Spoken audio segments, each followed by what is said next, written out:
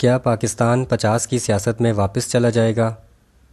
Column نگار Syed Sardar Ahmad Pirzada, the first blind journalist of Pakistan, APNS best Urdu column award holder, روزنامہ نئی بات، مورخہ 4 مئی 2019۔ کچھ لوگ نوجوانی یا طالب علمی کے دوران پاکستان کی سیاست میں آئے اور عروج کے آخری روم تک گئے۔ یہ شاید اتفاق ہے کہ ان سب کے سفر سیاست، عروج، زوال اور مقامی یا انٹرنیشنل ایجنسیوں سے تعلقات کی داستانیں آپس میں ملتی جلتی ہیں۔ ایسے سیاستدانوں کی مثالوں میں شیخ مجیب الرحمن، ذوالفقار علی بھٹو، الطاف حسین، بے نظیر بھٹو اور نواز شریف وغیرہ شامل ہیں۔ شیخ مجیب الرحمن نے اپنی سیاست کا آغاز قیام پاکستان کے فوراً بعد طالب علم رہنما کے طور پر کیا۔ انہوں نے مشرقی پاکستان مسلم اسٹوڈنٹس لیگ قائم کی، بعد ازاں مختلف سیاسی موڑ کاٹتے ہوئے عوامی لیگ میں شامل ہو گئے۔ ان کی 6 نکاتی تحریک مشرقی پاکستان کی علیحدگی کا باعث بنی۔ شیخ مجیب الرحمن شعلہ بیان مقرر تھے، انہیں اپنی بات کو سیاسی ٹوئسٹ دینا آتا تھا۔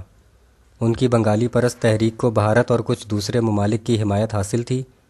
اسی بیرونی امداد کے باعث شیخ مجیب الرحمن بنگلہ دیش کے سربراہ مقرر کیے گئے۔ اقتدار حاصل کرنے کے باوجود ان کا انجام قاتل کی گولی سے ہوا۔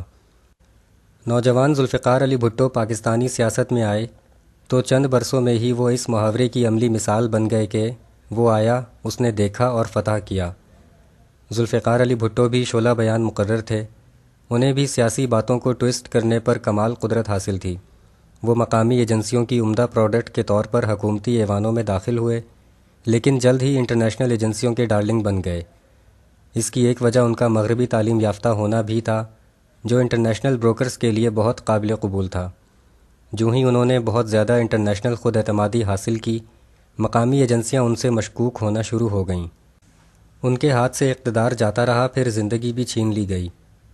الطاف حسین طالب علمی کے زمانے میں بظاہر کراچی کے ایک لسانی طبقے کی فلاح و بہبود کے لیے سامنے لائے گئے، جبکہ ان کی تخلیق کار مقامی ایجنسیوں کا مقصد کراچی میں پیپلز پارٹی کا زور توڑنا تھا۔ الطاف حسین مقامی ایجنسیوں کے ہاتھ سے نکل کر جلد ہی مبینہ طور پر ملک دشمن ایجنسیوں کے اختیار میں چلے گئے۔ اس وقت تک وہ کراچی کے لسانی طبقے کی مکمل حمایت کے بعد اتنے مضبوط ہو چکے تھے کہ دشمن ایجنسیوں کے اختیار میں رہنے کے باوجود اس وقت کی حکومتیں، جن میں پرویز مشرف کا ماشاء اللہ بھی شامل تھا، نے اپنے اقتدار بچانے کے لیے الطاف حسین کی براہ راست ناراضگی مول نہ لی۔ تاہم چند سال پہلے الطاف حسین کے بارے میں حتمی فیصلہ کر لیا گیا اور انہیں ان کی معذور صحت کے حال پر چھوڑ کر ان کی جماعت MQM کو فی الحال پاش کر دیا گیا یا بانجھ کر دیا گیا۔ بے نظیر بھٹو اپنے قیدی والد ذوالفقار علی بھٹو کے مصیبتوں کے دنوں میں سیاسی افق پر ظاہر ہوئیں۔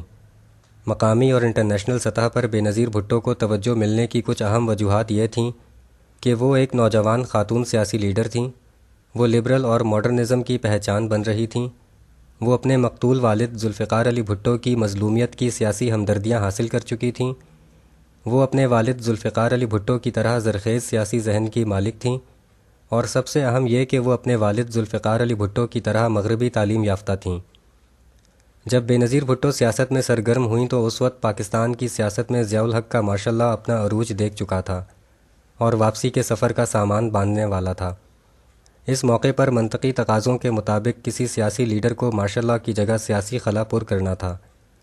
مقامی ایجنسیوں کے نزدیک بے نظیر بھٹو اس معیار پر پورا اترتی تھیں، جبکہ انٹرنیشنل ایجنسیاں بھی خاموشی سے بے نظیر بھٹو کے حق میں شادیانے بجا رہی تھیں، کیونکہ اپنے والد ذوالفقار علی بھٹو کی طرح وہ بھی لبرل اور ذہین ہونے کے ساتھ ساتھ مغربی تعلیم یافتہ تھیں، جو انٹرنیشنل بروکرز کو بہت سوٹ کرتا تھا۔ بے نظیر بھٹو بھی اپنے والد کی طرح مقامی ایجنسیوں کے ہاتھ سے نکل کر انٹرنیشنل بروکرز کی محفل میں زیادہ اٹھنے بیٹھنے لگیں۔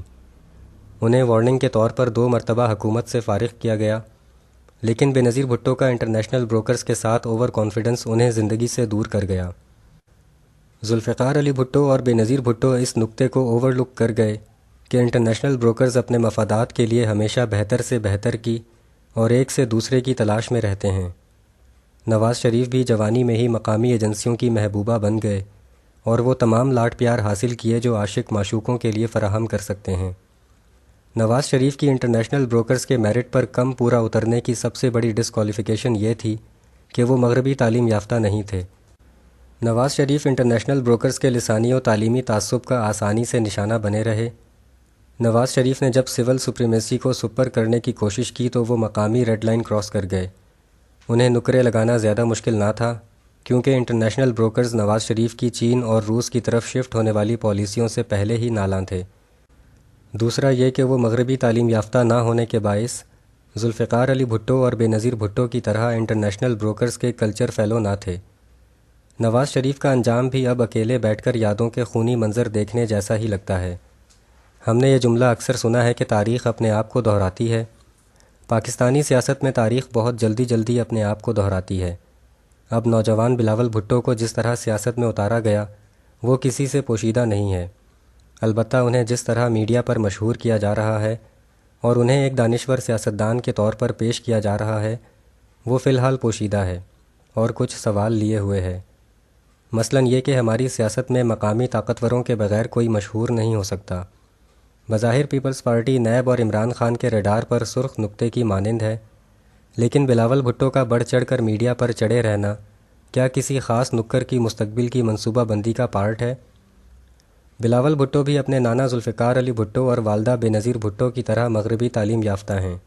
یہ کوالیفیکیشن انٹرنیشنل بروکرز کو بہت سوٹ کرتی ہے۔ کیا انٹرنیشنل بروکرز بھی مستقبل میں بلاول بھٹو کے حق میں اپنا وزن ڈالنے کے لیے تیار ہو رہے ہیں؟ اگر بلاول بھٹو کے حوالے سے یہ سب کچھ درست ہوا تو 2013 کے بعد عوام کو اتنی سیاسی ذہنی اذیت دینے اور اتنے اکھاڑ پچھاڑ کرنے کی کیا ضرورت تھی؟ اور اگر بلاول بھٹو کے حوالے سے یہ سب کچھ درست ہوا تو کیا پاکستان سیاست کے اعتبار سے واپس 50 کی دہائی میں جا کھڑا نہیں ہوگا؟ شکریہ، دی اینڈ۔